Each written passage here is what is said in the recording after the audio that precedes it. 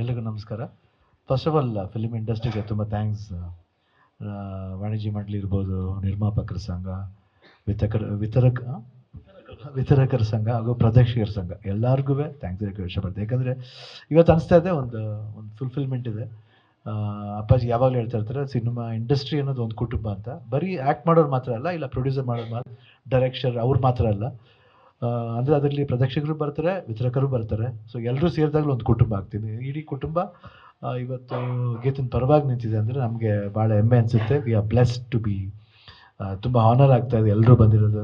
Sara Govinda, Thomas ಡಿಸೋಲ್, ಚಂದ್ರಶೇಖರ್ ಅವರಿದ್ದಾರೆ, ಚಿನ್ನಪ್ಪಮ್ಮ ಇದ್ದಾರೆ, ಸುರೇಶ್ ಅವರಿದ್ದಾರೆ, ಬಣ್ಕರ್ ಇದ್ದಾರೆ, ಸಾಕಷ್ಟು ಸ್ನೇಹಿತರು ಬಂದಿದ್ದಾರೆ. I think I am very happy about that. And ನಾನು ಹೇಳೋದಷ್ಟೇ ಒಂದೇ ಗೀತನ್ಗೆ, where there is a will there is a way. ಅಷ್ಟೇ, ಯಾವಾಗಲೂ ವಿಲ್ ಇಟ್ಕೊಂಡು ಹೋಗ್ಬೇಕಷ್ಟೇ.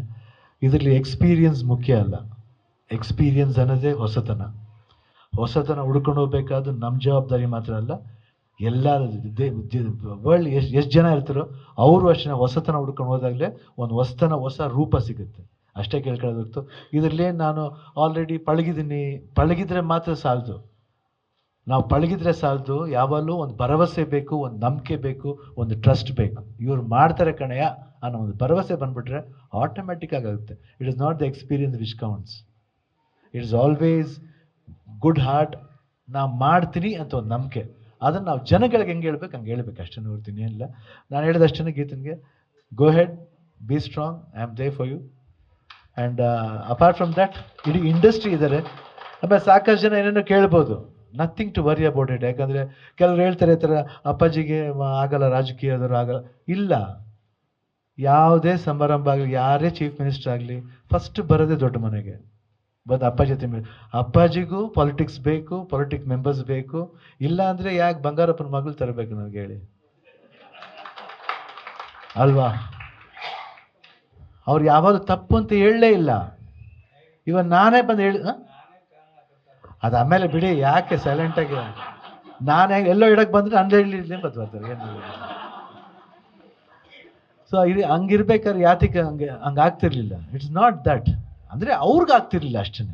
ಅಂದರೆ ಅವ್ರಿಗೆ ಬೇಡ, ನಮಗೆ ನನ್ನ ಕೆಲಸ ಇದಪ್ಪ, ಆ್ಯಕ್ಟಿಂಗ್ ಕೆಲಸ. ನಾನು ಹೇಳಿದ್ನ ಅವಾಗ, ನಾನು ಕೇಳಿದ್ರು, ನಾನು ಇಲ್ಲ ಸ್ವಾಮಿ ನಮ್ಗೆ ಸಾಕು, ನಮ್ಮ ತಂದೆ ಕೊಟ್ಟು ಬಳಿ. ಬಟ್ ಗೀತನ್ಗೆ ಹಂಗಲ್ಲ. ಯಾಕೆ ಅವ್ರ ತಂದೆ ರಕ್ತನೂ ಇದೆ, ಅದೊಂದು ಜವಾಬ್ದಾರಿ ಇದೆ, ಒಂದು ರೆಸ್ಪಾನ್ಸಿಬಿಲಿಟಿ ಇದೆ. ಯಾಕೆ ಬರೀ ಗಂಡಸ್ರಿಗೆ ಮಾತ್ರ ರೆಸ್ಪಾನ್ಸಿಬಿಲಿಟಿ ಇದೆ, ಹೆಣ್ಮಕ್ಳಿಗೆ ರೆಸ್ಪಾನ್ಸಿಬಿಲಿಟಿ ಇರಬಾರ್ದ? ಇರಬೇಕು. ಯಾರೋ ಒಬ್ರು ಕೇಳಿದ್ರು, ಒಂದು ಪತ್ರಿಕತೆ ಕೇಳಿದ್ರು ತಮಿಳ್ನಾಡಿಂದ, ಯಾಕೆ ಸರ್ ಭಾಳ ಕಮ್ಮಿ ಜನ ಬರ್ತಾರೆ ಕರ್ನಾಟಕದಲ್ಲಿ ಹೆಂಗಸರಿಗೆ, ಯಾಕೆ ಅಷ್ಟು ಅದಕ್ಕೆ ಬರ್ಬೇಕು ಸರ್ ಜಾಸ್ತಿ ಅಂತ ಯಾಕೆ ಹೇಳ್ತಾರೆ ಹೇಳಿ? ತಮಿಳ್ನಾಡಲ್ಲಿ ಎಷ್ಟು ಜನ ಇದ್ದಾರೆ? ಆ ಥರ ಎಣಿಸ್ತಾ ಹೋದ್ರು, ನಾವು ಸುಮ್ಮನೆ ಆಗ್ಬಿಟ್ಟು. ಇವಾಗ ಎಲ್ಲಿ ಹೆಣ್ಣು ಮಕ್ಕಳು strong Guru,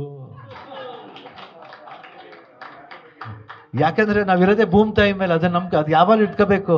we are all in motherland ಅಂತಾರೆ, ಫಾದರ್ಲ್ಯಾಂಡ್ ಅಂತ ಹೇಳಲ್ಲ. ಫಾದರ್ಲ್ಯಾಂಡ್ ಅನ್ನೋದು ಬಲ, ಪವರ್, ಅದು ಇದು ಬೇರೆ. ಅದರಿಂದ ತಾವೆಲ್ಲರೂ ನಾ ಕೇಳ್ಕೊಳ್ಳೋದಷ್ಟೇ ಗೀತನಿಗೆ I think I wish all the best. And ಇದೀವಿ, ಆ್ಯಂಡ್ ಇಡೀ ಇಂಡಸ್ಟ್ರಿ ಇರೋದು, ಎಲ್ಲರೂ ಬಂದಿರೋದು ತುಂಬ ಥ್ಯಾಂಕ್ಸ್, ಎಲ್ರಿಗೂ ತುಂಬ ಥ್ಯಾಂಕ್ಸ್.